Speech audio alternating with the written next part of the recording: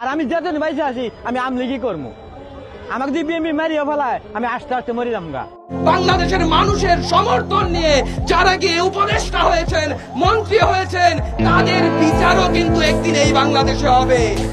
দেশের সাধারণ মানুষের সমর্থন নিয়ে যারা উপদেষ্টা ও মন্ত্রী হয়েছেন তাদের বিচারও একদিনেই বাংলার মাটিতে হবে, এমনটাই আভাস দিয়েছে শিক্ষার্থীরা। এছাড়াও দেশের বেশ কিছু আওয়ামী লীগের কর্মীরা তাদের নেত্রীকে ভুলতে পারছে না। ইতিমধ্যে এক আওয়ামী লীগ কর্মী বলেন, আমি যতদিন বেঁচে আছি আওয়ামী লীগ করব।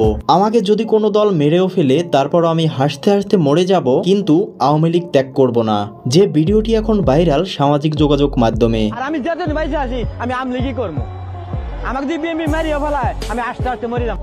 এছাড়াও প্রতিনিয়ত দেশের বিভিন্ন স্থানে সাবেক প্রধানমন্ত্রী শেখ হাসিনাকে দেশের সুষ্ঠু মর্যাদায় ফিরিয়ে আনতে ঢাকা সহ বিভিন্ন জেলায় বিক্ষোভ মিছিল করছে আওয়ামী লীগের সমর্থকরা।